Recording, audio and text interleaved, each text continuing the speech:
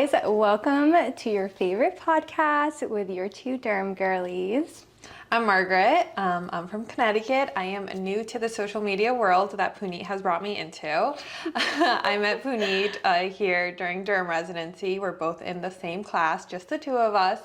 And we'll be graduating in 2027. So we have 3 more years of You're like, I have together. 3 more years stuck with her. 3 more years. And then you guys probably maybe are familiar with me from the channel, but I know some of you guys are listening in. But my name's Puneet. I am, like Margaret said, her co-resident in Derm, and we're both PGY2s. So yeah, we thought we'd start this podcast for like all the fun things that we're gonna talk about. And we're going to talk about intern year in today's episode. We're going to talk about surviving intern year. And like advice we'd give, things Yep. we'd do differently. And yeah, if you want to hear all about that, stay tuned. How did it feel when you first introduced yourself as a doctor? Weird. That's the best way. Weird, right? I You were felt on fake. wards, right? Yes. My July 1st, I was on inpatient. And you said, hi, I'm Dr. At 5 a.m. I'm like, hi, I'm doctor. Yeah. And then I felt fake. Like I felt like imposter syndrome. Yeah. How did you feel? So one piece of like, I guess, important background is that I took a research year. So I saw all my friends graduate and be doctors for like a full year prior to me being a doctor. So it's not like I felt it was like overdue, but I also felt like, man, my graduation year was last year. I would have been a doctor. But like, it still felt weird. So you were more ready for it. I think because of the research year, I will say, like, I think I imagined it a bit more because I saw all my peers that I started medical school with be doctors all on social media. Even, like, in the same hospital that I worked at, they were doctors.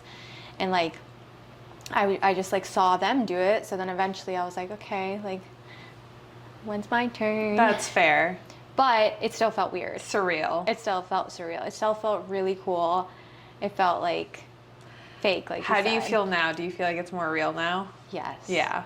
It's very real I own now. it more now. That's such feel like good wording. We own it more now. Done with intern year, I feel like now I'm like, okay, I did my intern year. Yes. I'm doctor. Yes. I'm good. I can like, I think part of it is handling emergency situations. That too. I have a bit more of a handle. Like, Jesus. What happened? I just like had a spitball in my cheek. Like, I'm like literally like salivating over being a doctor. Like that. Okay. Eat it up. Eat it up. Jesus. Okay. What was I even talking about? Oh, I think so. Like my biggest fear when I was a doctor was like, hi, I'm doctor, but like in the back of my mind is like, if something goes wrong with you right now though, I don't know how to handle it. So I'm fake. Although I do have to say, someone was like, oh, but dermatologists aren't really doctors. Oh, that's like a whole podcast. That's a whole separate topic. That's Maybe an I'll save entire it. podcast. No, I mean, you can add what you want. I don't know, because I just remember being like, what do you mean? Like, I'm right here in the same training as you. I know, but we get that. Like not infrequently. Like sure, like maybe we're not pushing like phenylephrine every day, but I mean we're making huge differences in patients' lives too. I know, it's pretty wild. It is. Yeah, you know where I really felt like that change happened? ICU. My ICU rotation was busy, and like I had to withdraw like medical care on like 2 patients, and I was the person in the room. I was like also like doing some family discussions. But like when the family thinks of like when they're like, oh, who's my doctor, and they think of you, like that's when it hits. That was, I honestly think if I pinpointed a time where I felt like the doctor, because I actually was drained on some of those days emotionally. If you were to do intern year all over again, what would you do differently? I think from the start, I would get into a really good routine with my physical activity and having a routine. I feel like that came very late. I also had to move and everything, so life gets in the way. Yeah, that was rough. And I remember, like, I shared with Puneet, like, I ended up having a lot of anxiety in the beginning, and I think a lot of it stemmed from getting out of my normal routine. I wasn't working out, and I didn't pick that up until much later. And it's easy to be like, oh, I'll do it next week. I have to get settled. But I wish I, like, really prioritized that much earlier on. Yeah. instead of playing catch up. Yeah. But like you said, there were some things you can't help, like No. moving. Like, Yeah. and I mean, obviously, like life things happen too. Like we had our moments. I definitely had my moments where like personal events like made me slow down. So like you can't help those when you get out of your routine. But I think that's actually a really good point. What would I you do do? differently? I think physical activity, that's such a good one. Because that's like definitely where I feel like I was just like playing catch up, like when I had an easier rotation. And then then I'd get on wards and then I'm like barely going to the gym.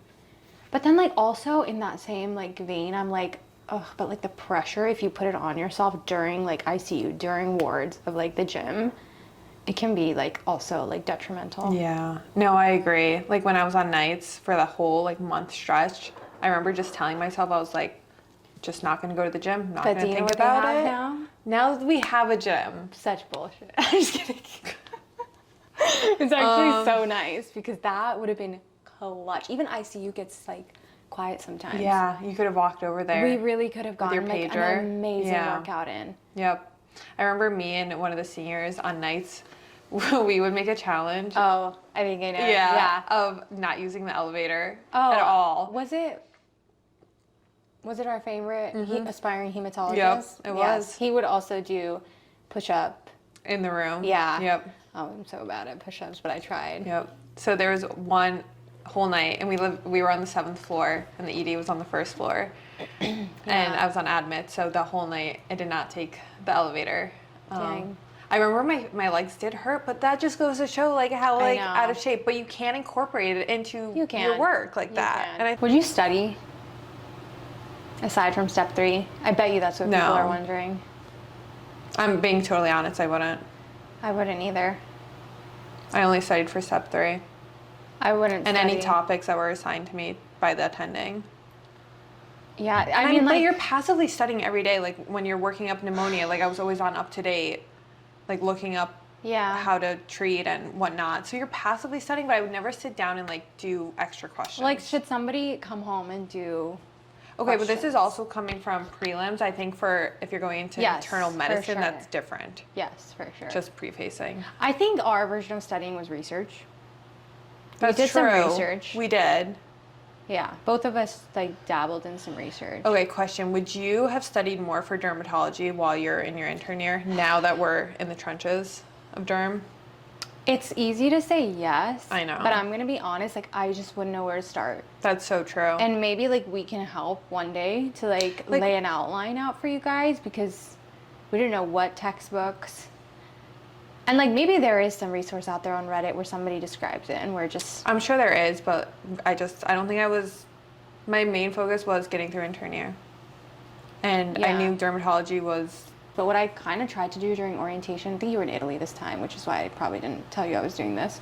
But I looked at my calendar for the next day, and if there was like a consult for something more than a skin check, like hidradenitis or something, you would look it I up. would look it up in like PubMed, in like pictures, look up like the staging that we use, and then I would practice giving a spiel as if I'm like Oh, I love diagnosing that. somebody. So then I have a spiel ready about like, hey, so as if they're coming in without having a diagnosis. So this looks like hidradenitis. This It's is what caused it by is. this. I love that. Just so I can start getting used to the words flowing off my tongue and like having a script of like, this is what causes it, this is who it affects, like even just like incidents, getting like a feel for it. And like I did that for like hidradenitis, rosacea, like maybe that would be helpful. I like that. That's good. Yeah. I loved learning about dermoscopy because when we're in the rooms by ourselves, Yeah. I almost want to learn more. Yeah. Just like basics. I Yeah. think I wish I like focused a little bit more on. Yeah. But I don't know. We're It's also hard to study that. Like, It is when you don't know when you're just given like an open slate. Like what do Yeah. you when without you structure? take your dermatoscope to like your cover Yeah. evidence, let me see. How would you recommend somebody attempt to like stand out in An intern year. an intern year? I think being prepared is very key. Okay. I mean, like we practice doing your presentations for over 2 years in medical school, so Yeah. I think having them down by intern year is Yeah. like the least it's like expected of you. Yeah. You know, first day jitters, everything. I think knowing your presentation, being confident in yourself. You've done this for 2 Yeah. years. Yeah. You know, just think of it as like another fourth year medical school rotation. That's a good way to put it. Yeah. It's really not different. It's really not. I kind of felt like a glorified fourth year. I did for the too. longest time. I felt like a fourth year had orders.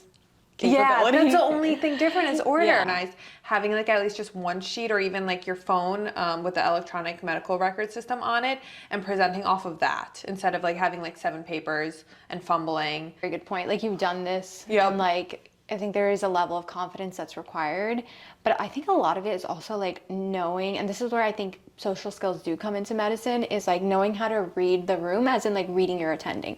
Every attending has a different style. There were some who wanted the whole shebang, and then there are some that are like snip snap. Yep. Like I already know this patient from yesterday. Like tell me what the update is and Yep. what you're gonna do. And then like if you're like trying to do the full thing every day and they like already told you they want it faster, at that point it's like everybody's just sitting there like twiddling their thumbs. Like Yeah. wait, like I'm And- thinking you don't know how to read the room. And like no one's gonna be even listening at that point. I don't think you're listening to yourself at that point. No. But Yeah. there were like, you know, I think that does happen. So it's not like, it sounds like you should, like we're all social, like human beings are social, but like I think that actually like can get lost because academics is kind of confusing sometimes. And honestly, when I would have a new attending, sometimes I would just ask. I would just be like, so such a good point. well, how do you want my Yeah. presentations? And Yeah. most of the time they'd be like, I want to see that you can give one full Yes. presentation. And then after they know that you can do it, Yes. then let's just get to the point. To like be on time. Like little Yes. things like Be that. on time, for God's Yeah. sakes. Pisses me off Yes, so much. especially when you're the resident waiting to sign out. And I mean, I remember like one time I was 5 minutes late and I felt so bad. You should. Not you personally, but like, No, you do. And trust me, like, but you know some 'Cause it's people your don't. co-president. You know some people don't feel bad though. I know. They're like, whatever. That's crazy. Yeah, you should feel bad and you should be on time, be early. That's like so, like to me, that's like when I feel like some personalities, like, I'm telling you, if you notice a theme here, I don't like wasting time. yeah. I like to come home. But I guess that's what makes you efficient though.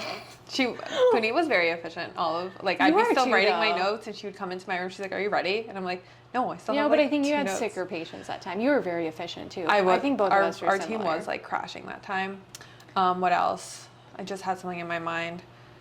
Team player, Oh, like huge. plays.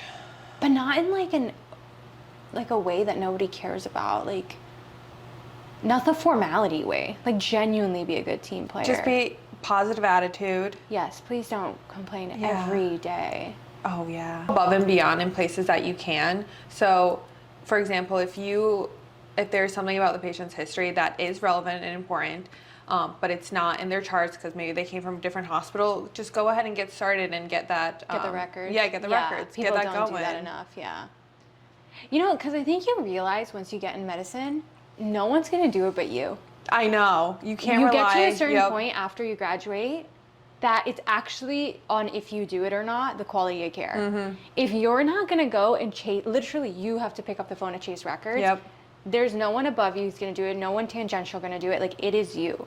And that's gonna really affect their care. Like, were you lazy and you just didn't go chase the records? Yeah, that's part of the like Were you lazy and you didn't like follow up with the family on what medication they were on? calling the family. That's another big Were one. you lazy and you didn't update the family? Like maybe they weren't there during rounds at 7 Yeah. a.m. because it is early. Yeah. And like that genuinely does make, like, even beyond like what makes you stand out in academics, like you do want to be remembered for being a good doctor, like we already spoke Yeah, about. because those little things follow you. They follow you. Your reputation is like starting to be made at this point since you graduate.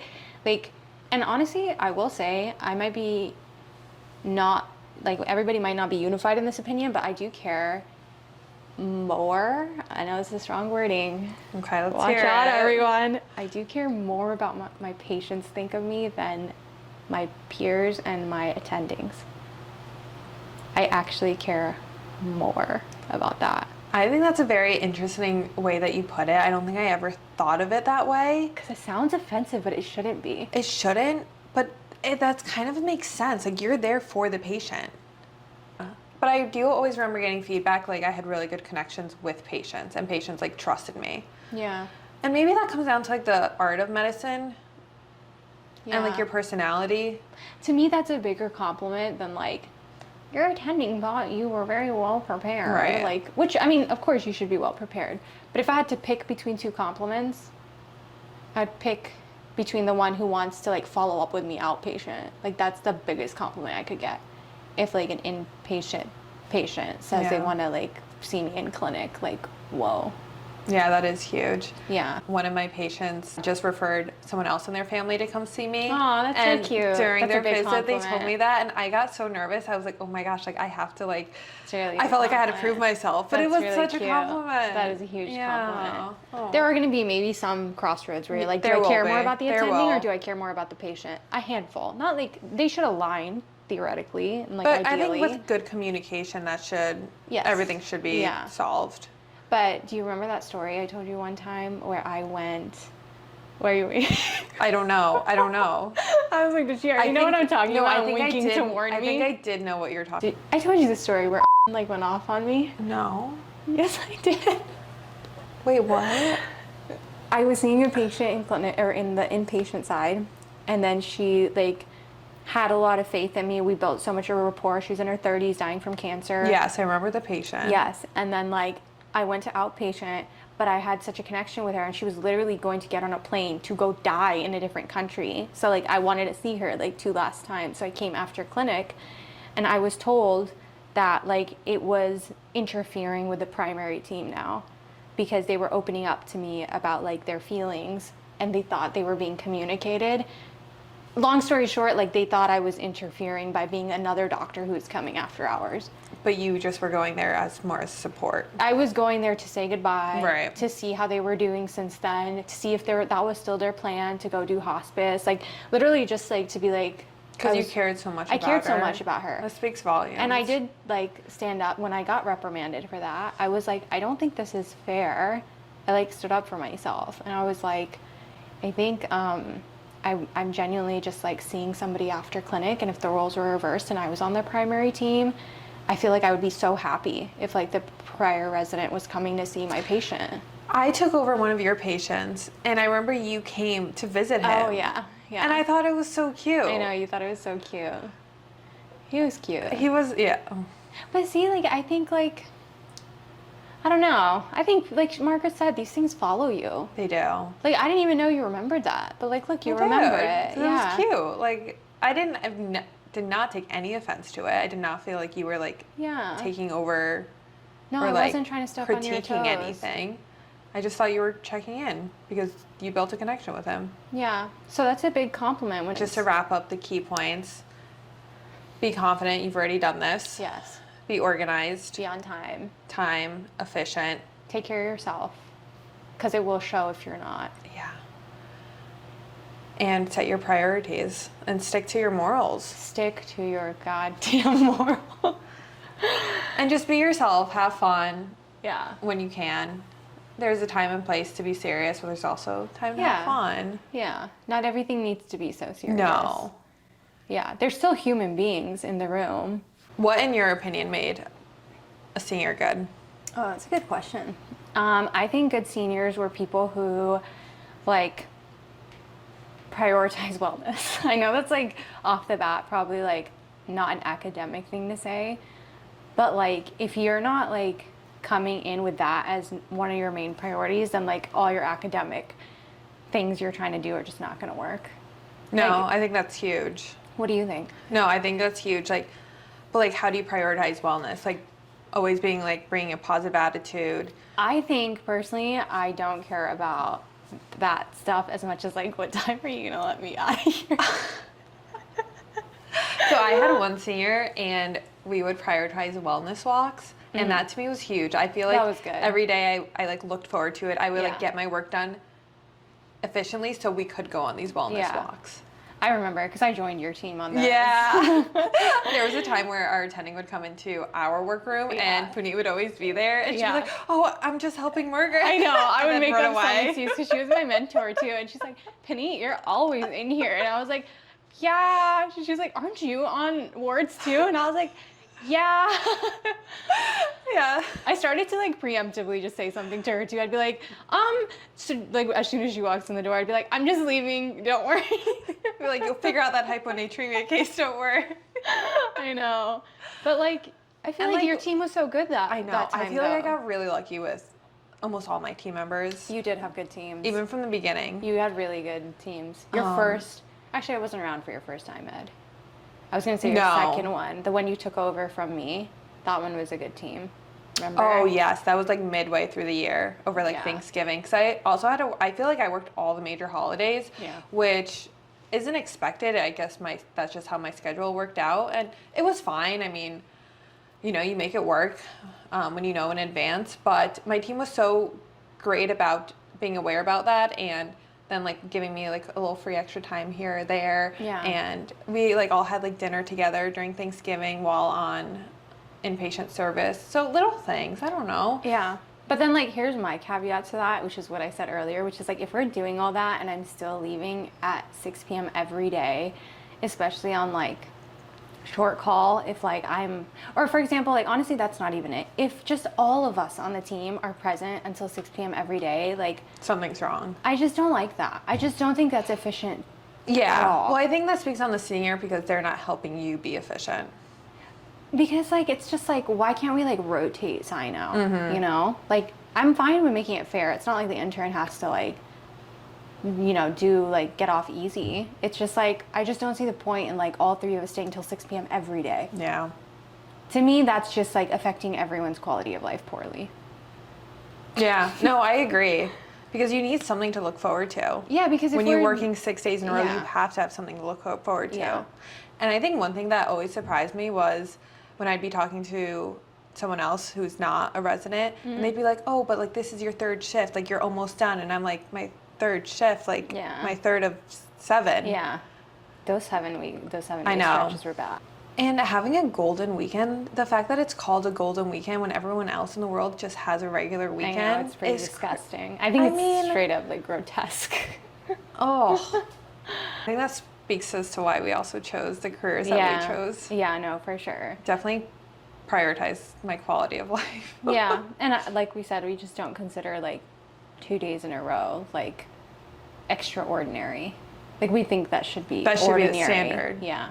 And I think that people who like, sorry, I feel like you're gonna say something. Sorry. I was gonna say like even more so when you're working on a tough medicine rotation, like the wards, you should be having routinely 2 days off. I know. I was gonna say, and like the people who think that like because I suffered or like you should be more academic, 1 day off is enough. Like I know.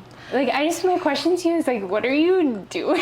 Right. Wait. So you have family that are also in medicine, right? Yeah. So do I. And I feel like whenever I'm like, oh, I'm so tired, they're like, oh, well, you don't have it like I did. And it's like, I know I didn't, but like, there's a reason why we don't. Yeah. And I never understood that logic. I know. And I think me and Margaret, like, we try not to be those people because we are now, like, we have incoming derm residents. And like, I feel like we've tried to do things for them and include them in like ways that maybe we weren't, just for whatever reason, you know what I mean? It's not like a bad thing. Maybe. So what was your most embarrassing moment? Oh, that's so good. I didn't think about this.